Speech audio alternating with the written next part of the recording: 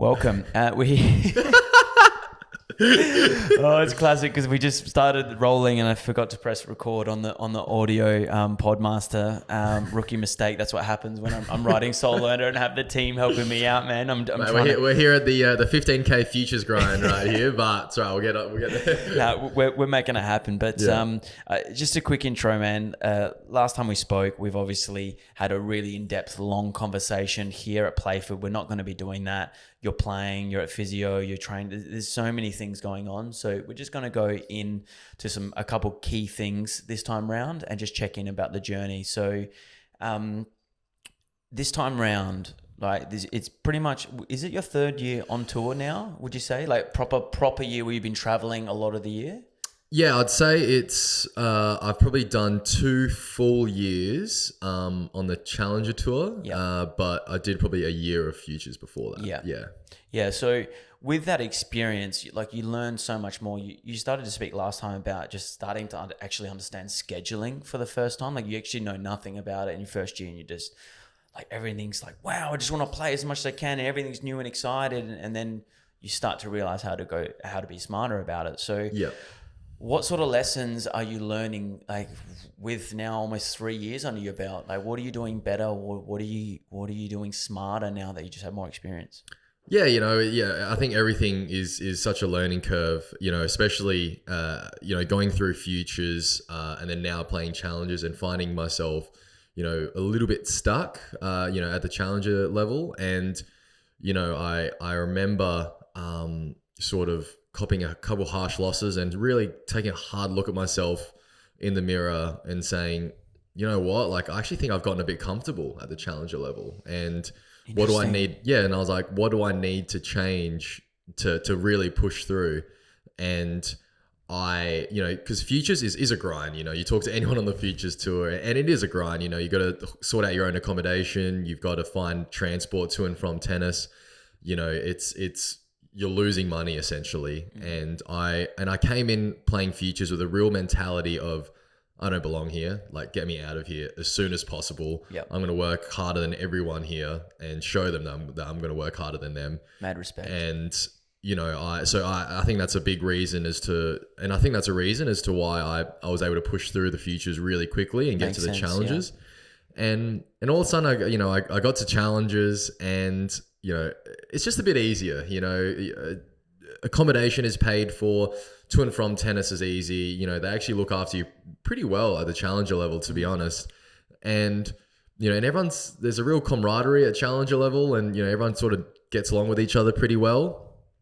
And I just found myself in a bit of a slump, just a bit comfortable. I sort of looked around and I was like, I feel like I'm not doing anything that different to everyone here. And so how do I expect myself to push through? Yeah. And that was sort of where I was at. Man, that's a really honest, good reflection. Yeah. Yeah, that makes a lot of sense.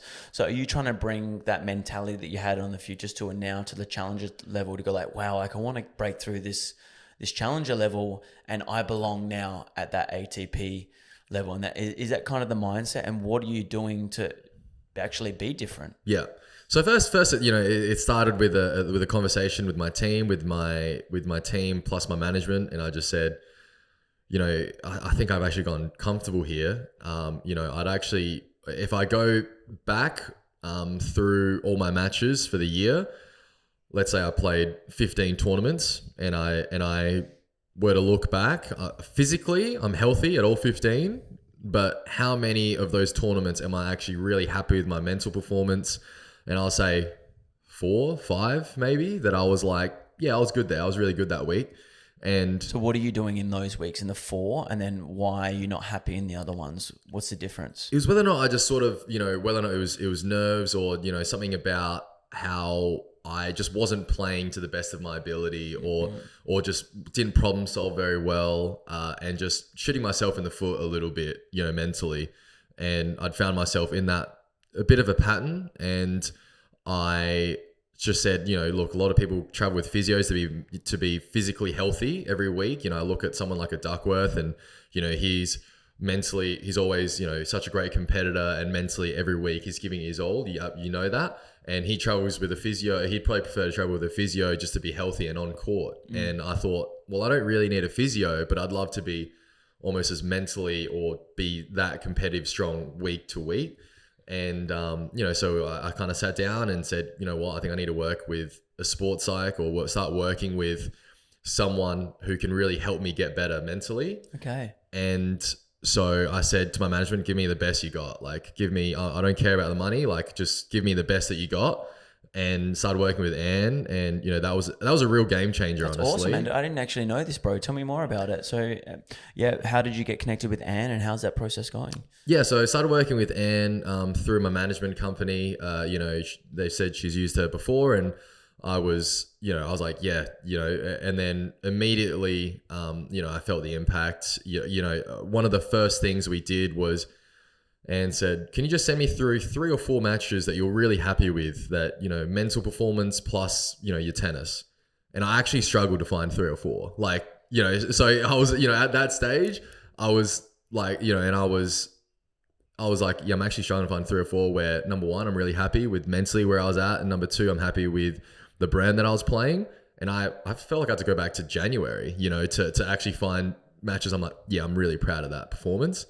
And so that was a bit of a red flag for me. That's interesting. And because it'd be so easy to miss that. Yeah. Just because you're just moving each week, different place, and it's so easy. It just almost becomes like a blur. Yeah. Yeah. No, exactly. So that got me to really think like, wow, this is something I really got to change.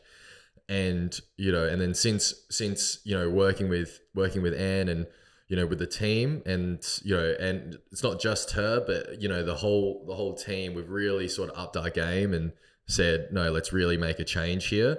And I could send you any of my matches the last 3 months and I'd be happy. I'd be like, awesome. Yeah, that's me, and I'm happy with the performance, my mental. I was there, I was competing to the best of my ability. So yeah, that for me has probably been the biggest change, and also just honestly, my team, I just give such credit to them. I almost have a team of 10, I would say, that are invested in my success. That's big. It increases accountability for me to the team. I had a Zoom call on Sunday night with 5 of us, and we're just talking, workshopping, and everyone's involved and having really, number one, really elite, high performing people that are really good at their specific roles, but also number two, that are actually really invested in your success. 2 massive things that I think that have really helped the last few months. And I feel like, it comes from me driving it, from me believing in it, and then also to have them sort of really help me and, really push for this project or this mission, has been a real big game changer. 100%. This is elite, man. I love everything I'm hearing.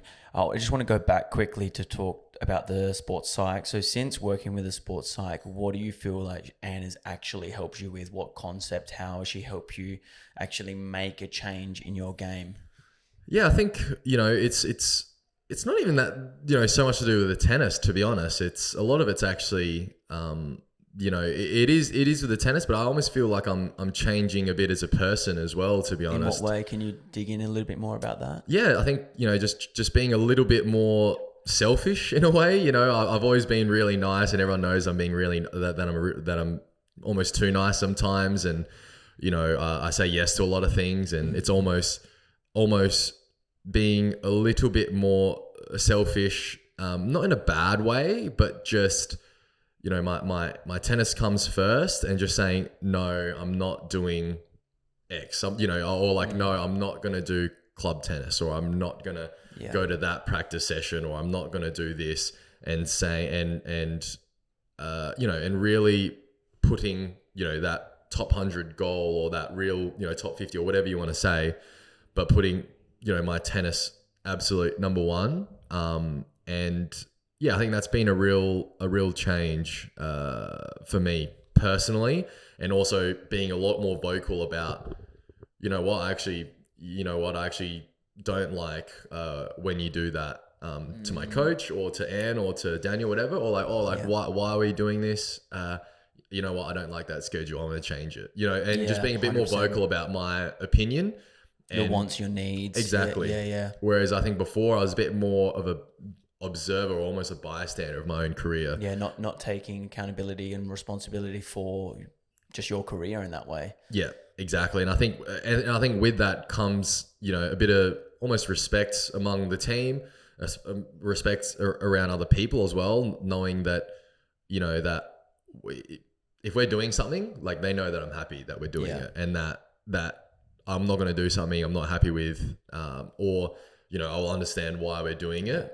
And if they're saying something or whatever, I'll, pull them aside and say, hey, yeah, can we do this instead? That's elite. Just having those hard, honest conversations with the people you trust, and you guys know that you care about each other and it's for the best interest of where the dreams and the goal and the vision is. Like, you're all trying to get somewhere together. And you're not going to get there without actually having those hard conversations and honesty. Yeah, exactly. You can't tiptoe around that, man. Yeah, exactly. Yeah, the transparency has been really important for, and I think that's something that I have struggled with, maybe, growing up in an Asian household where you kind of just say yes, and and just listen to your parents. And yeah, that makes sense. And growing up in that sort of household, even to this day, like if my dad comes to tennis and watches me practice, I'll notice any little thing that he does. So, there's always that respect with my dad. And, but I think that, really trying to grow out of that and, just be really comfortable in my own choices and my own decisions, and also be able to just vocalize that and say, hey, I think that we should do this. And and then we just discuss as a team, but at least they know where I stand and what I'm comfortable with. And I think that's been, really big. That's amazing. When did you feel a shift throughout this year where you started to notice, oh wow, like we're moving now, I can feel a big difference? It probably started in the US swing with James. Emotional spark plug.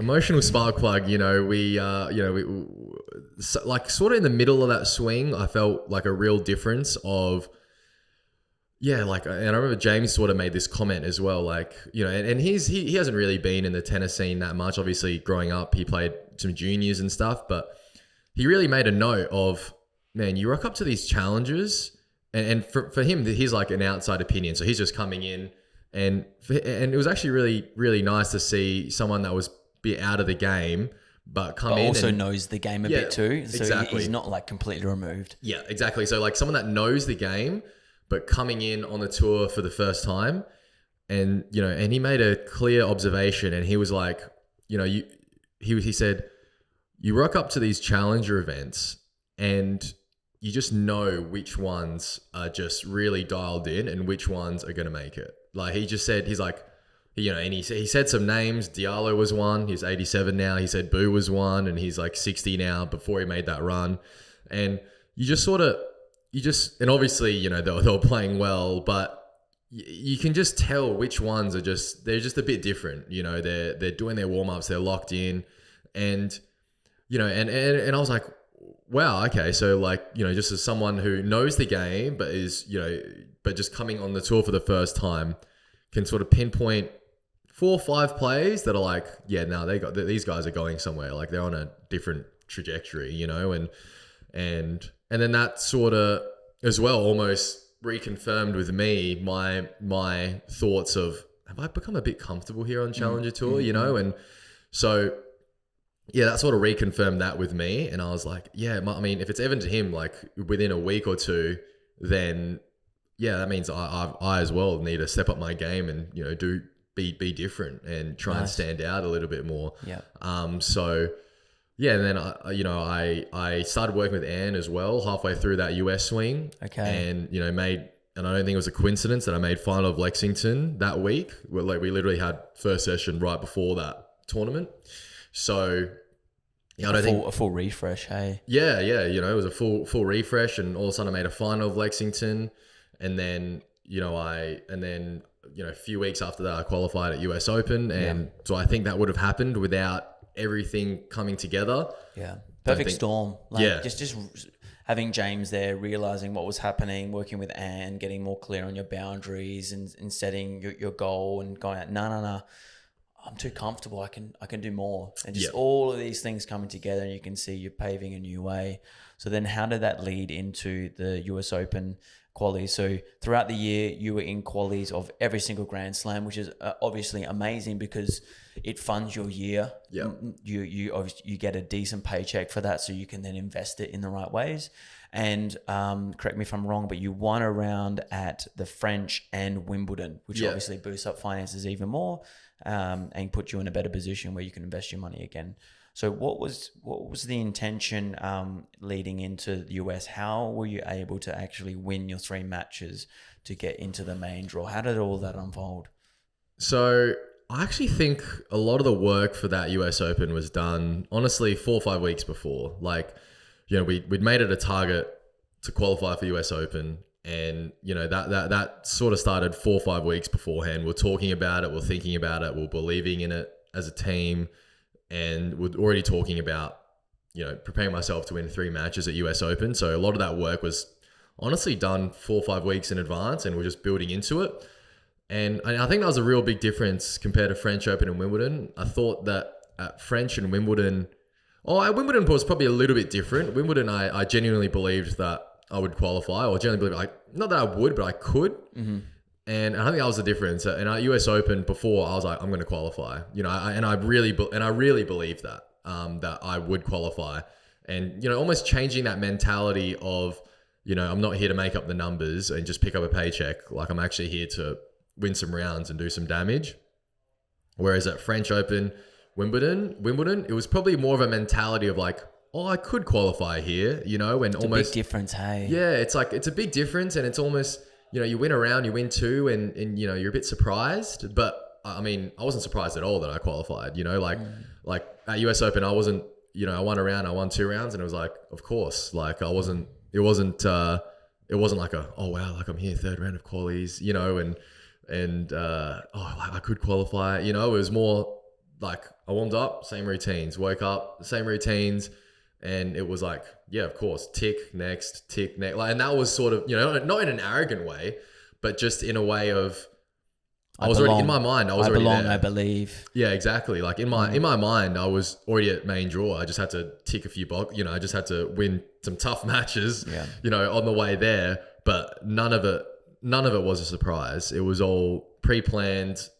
You know, I thought, yeah, I'm qualifying this week. Yeah, and it's a big difference going from, like, I'm playing well enough to qualify here, like I could qualify, like you know, at Wimbledon or whatever, to no really believing, and then all of a sudden, you know, you get to those few moments, or you know, those real tight moments where, you know, you have that bit of extra belief, and you know, you just play that a little bit freer, you make those decisions with a bit like clear mind. Yeah. And and then you execute, and and then you win those matches. Yeah, it's so key. Everything you're talking about, it's important for anyone that's listening to understand the power of the language you're talking about. But it's also, it can't be delusional. It's got to be backed by the work. But there's no doubting that you're one of the hardest workers going around, and you've always been like that. It just comes from your background, your family upbringing, man. Like, being a hard worker is super instilled in you. That's not a problem. But the belief up here to help you get through the levels, backed by that hard work, is where it can all come together, and it is coming together. So you talked about early in the year, you struggled to find matches where you felt like you were really happy with your mental and your actual tennis performance. What was your performance like? How would you describe it in those qualifying matches where you felt like, nah, this is my brand? What is your brand looking like when you're on fire like that? Yeah, I think that, you know, when I'm on, I just am a real fierce competitor, you know, that I leave it all out on the court, and also that I play aggressively, you know, and creatively. It's one of the, you know, the things that we came up with, but, you know, that was part of my brand was, you know, I play creatively and aggressively, and you know, that's, and just really making that a mantra of mine, that when I step on court, you know, I play creatively and aggressively, and, you know, and that allows me to free up and you know, really go for my shots, you know, maybe hit that short slice and come in, or hit that drop shot at a random, you know, and sort of keep them on their toes. And I think that, you know, if I frustrate the opponent, or if I make them second think a bit on Yeah. their shots, then I think I've done my job. Nice. And that's really the brand that I'm trying to bring. But then also just give them nothing and just be relentless and just know that, you know, every step of the way I'm there mentally with them. I'm there. I'm engaged. I'm problem solving. So yeah, that's just been a real big shift of just being really clear on the brand that I'm trying to play, and also just being able to, be free mentally to play that brand, because, you know, if you're tired or you're, you know, doubting a bit, it's hard to actually take those risks or play that freely and play creatively. So, you know, I think to unlock my brand and my full potential on the tennis court, it did actually come from the mind a little bit of, hey, I need, the way that I play, I actually need to take risks. I need to be willing to hit that second serve return and come in and, you know, surprise them, and not go back, hit a safe chip and, you know, start defending.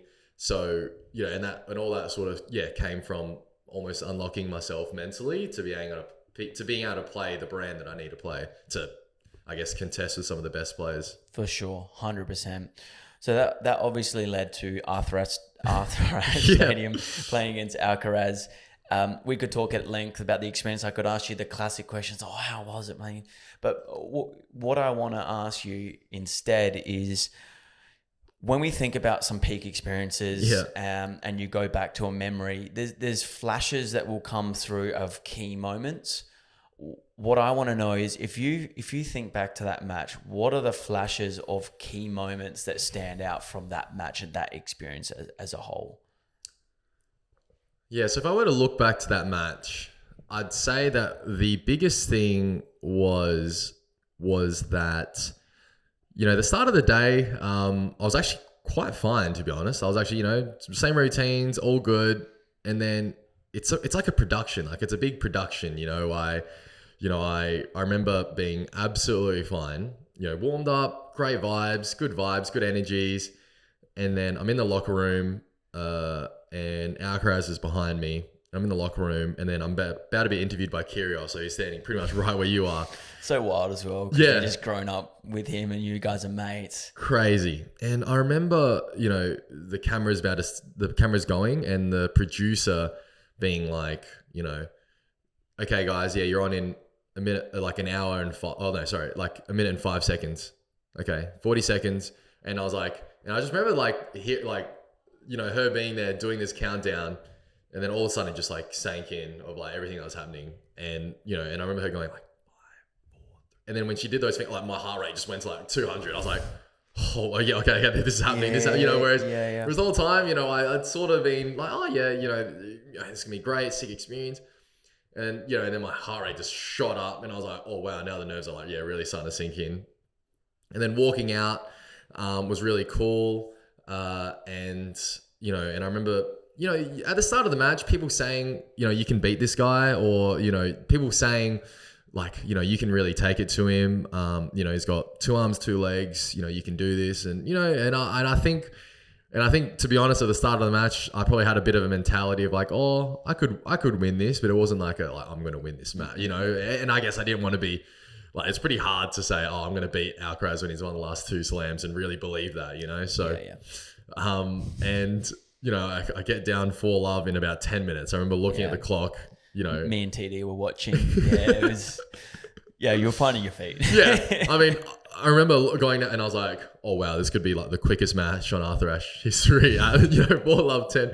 And I remember, you know, winning that first game, you know, holding, and I was like, oh, like, okay, I can breathe. Like, all right, like, we're good. I'm not going to get like love on Arthur Ashe. And I remember winning that second set and, you know, having Arthur Ashe on their feet, and I was up and about, and the mentality switching, you know, early in the third of like, wow, I can beat this guy, you know, and really believing it, and really, you know, and I think people, you know, my box and everyone in the stand could see it in my face that I was like, I can beat this guy, you know, and like, let's lock in here, like, let's go. And that was that was such a powerful feeling, you know, to be standing across one of the best players in the world, you know, and have a genuine feeling of, wow, I can beat this guy. And, and it's until you do it, until you can always, but until you do it and you're there, like that's just something that I can't, no money can buy that, to be playing a match on Arthur Ashe, massive stadium against one of the best in the world, and have a feeling where you genuinely believe that you can beat one of the best players in the world. And like, that was a sick feeling. And then, and then my body sort of gave out me a little bit, but post match, I just have so many lessons, so many things that I can learn from that match, and so many positives as well. Like that whole 2 weeks. So yeah, what'd you take away? You walk away from that tournament obviously feeling proud. You put in a really good showing against Alcaraz. What were some of the lessons and what did you walk away from that tournament with? Number one, just, that whole tournament, beating 3 quality opponents, just knowing that I have that level,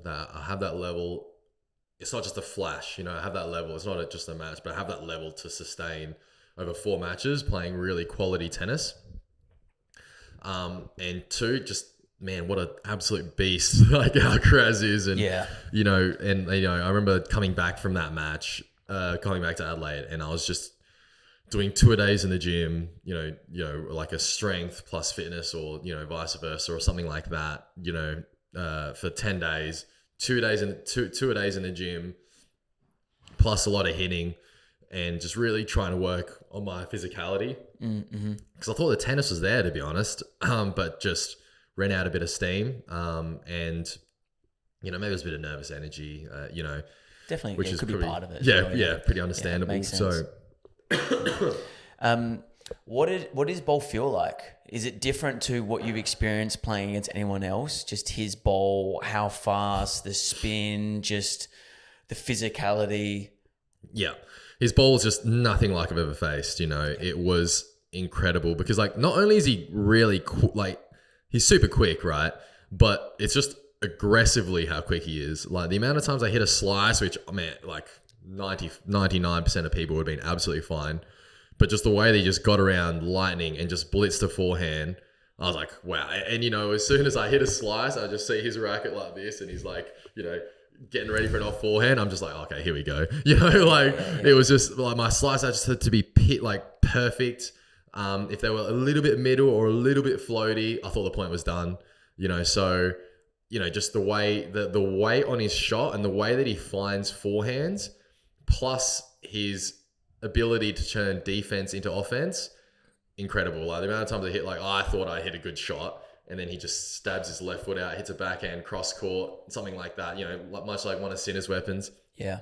But yeah, I think those 2 guys in particular, like, their ability to turn defense into offense is just insane. Yeah, top 2 for sure. Yeah, amazing. What did it make you realize that you want to work on?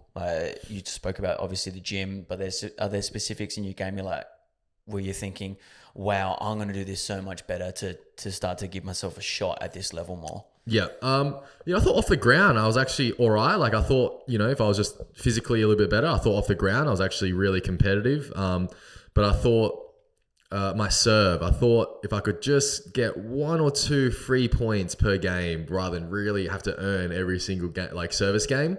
So, post there, then we really started to make some technical changes on my serve. Nice. And, been serving, yesterday, played a relatively shorter match, served 10 aces. So, that's something that we've really been working on as a team as well, just to really... So you felt a tangible change with the technical work you've been doing? Yeah, 100%. I think we've been sort of putting it, using a term of going from a bit of a shot put serve into a bit more of like a baseball pitch. So really trying to get that elbow up, really try and rotate a little bit more. So yeah, just been trying to really work on my serve technically, to try and just get a few more free points. 1 or 2 free points per game, I think it has been a real big takeaway from that. I thought I returned well, and just continually working on that strength. But yeah, really just I think the serve has been one that really stuck out for us as a team, and yeah, we've been doing serves every day and really just trying to work on that. Nice, man. Nice. What's the schedule for the next part of the year? Well, end of this year, leading into next. What's the plan? So yeah, doing Adelaide here, obviously, and then Seoul in South Korea next week. Nice. And Special then place in your heart. very special place. You know, there was a choice of Sydney or Seoul next week, and yeah, we decided on Seoul. Obviously, because I played well there before, got some special memories there. And then, yeah, Japan for the rest of the year, probably 3 or 4 challenges to finish the year. Hopefully you get that red duck curry again. Yeah, exactly. Yeah. So Nice, man. unreal. Yeah, beautiful. And then, just gear up for the Aussie summer, hey? Yeah. So you'd be looking with where you're going, most likely Adelaide International. Yeah. So hopefully, you know, I want to start the year in Australia. So hopefully Brisbane International like last year. Yeah. And then pending on, you know, and I've got no idea, but pending on Australian Open wild cards and all that sort of jazz. I mean, I try and stay out of it. But yeah, that will probably depend a little bit on if I play, because Adelaide International is the same week as Australian Open qualifying. I see. Yeah. I see. Makes sense. Yeah. So if I get a major wild card, which I've got no idea about, you know, then I'll play Adelaide International, and then if not, then I'll play. Yeah, that makes sense because Walt's got the wild card and then he played Adelaide. Exactly. Yeah. Exactly. Okay. Yeah. So everyone that I think like Duckworth, like a lot of those guys that got the wild card last year, ended up playing Adelaide International. Yeah. Nice. Awesome, man. We'll appreciate the time. I know you're super busy. You're in the zone. I've just wanted to make sure that you're doing your thing and not disturb you, man. It's so good to see you just in this space, and I see all the just the work you're doing paying off. I can see the intention of where it's all going. So, man, on behalf of all of us and everyone around you, we just want to see you keep going. And dude, just keep rocking. Thanks. Appreciate it, Ellis. Thanks, Appreciate man. the time. Thanks heaps. Thank you.